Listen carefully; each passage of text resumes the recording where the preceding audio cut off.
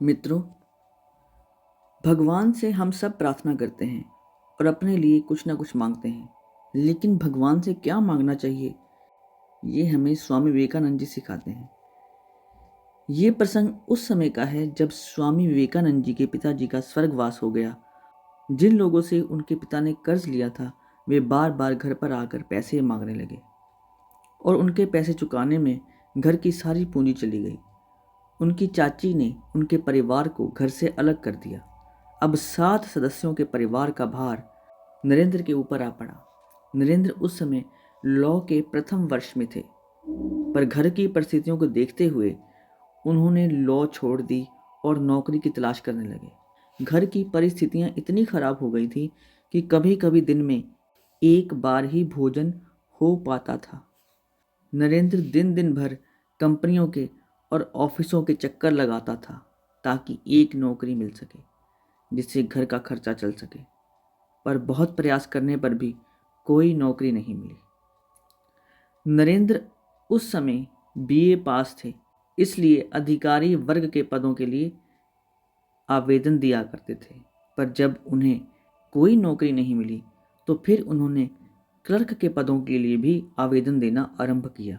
दिन दिन भर भूखे प्यासे पैदल चलकर उन्होंने कई इंटरव्यू दिए, पर कहीं भी कोई नौकरी नहीं मिली। इसी तरह एक दिन जब इंटरव्यू में रिजेक्ट होकर लौट रहे थे, तभी अचानक सड़क के किनारे बेहोश होकर गिर पड़े। जब उन्हें होश आया तो घर पर थे, लेकिन अब उनका भगवान से विश्वास उठ गया था और उन्होंने मन ही मन सोचा, यदि भगवान होते तो इतनी कोशिश करने पर सफलता न देते। ये बात किसी ने जाकर दक्षिणेश्वर काली मंदिर में श्री राम कृष्ण परमहंस जी को बताई। उन्होंने कहा, नहीं नहीं, ऐसा नहीं हो सकता, तुम नरेंद्र को मेरे पास आने के लिए कहो। कुछ समय बाद नरेंद्र स्वामी परमहंस जी के पास आए तो उन्होंने मंदिर में काली माता की प्रतिमा के समक्ष जाकर कुछ मांगने के लिए कहा। नरेंद्र मंदिर में गए और ध्यानस्थ बैठकर आ गए। परमहंस जी ने पूछा, क्या मांगा? उन्होंने कहा, ज्ञान और भक्ति। परमहंस जी ने कहा, तुमने अपनी घर की समस्या के बारे में तो कुछ मांगा ही नहीं, जाओ फिर से जाओ और अपनी बात कहकर आओ। ऐसा 3 बार हुआ और हर बार पूछने पर क्या मांगा एक ही जवाब मिलता, ज्ञान और भक्ति। परमहंस जी ने पूछा, तुम अपनी समस्या के बारे में कुछ क्यों नहीं मांगते? तो नरेंद्र ने उत्तर दिया, क्या ईश्वर से इतनी तुच्छ चीजें मांगूं? परमहंस जी मुस्कुरा रहे थे और समझ चुके थे कि नरेंद्र का ईश्वर से विश्वास नहीं उठा, वो सिर्फ निराशा के कारण ऐसा बोल गए।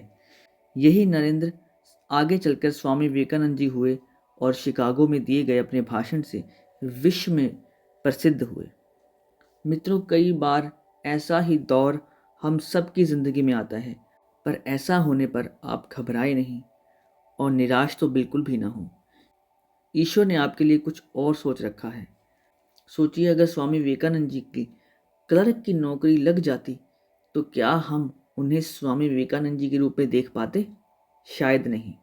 इसलिए ईश्वर पर भरोसा रखो और ईश्वर की योजनाओं पर भी भरोसा रखो और अपने लक्ष्य को प्राप्त करने के लिए सदैव प्रयास करते रहो।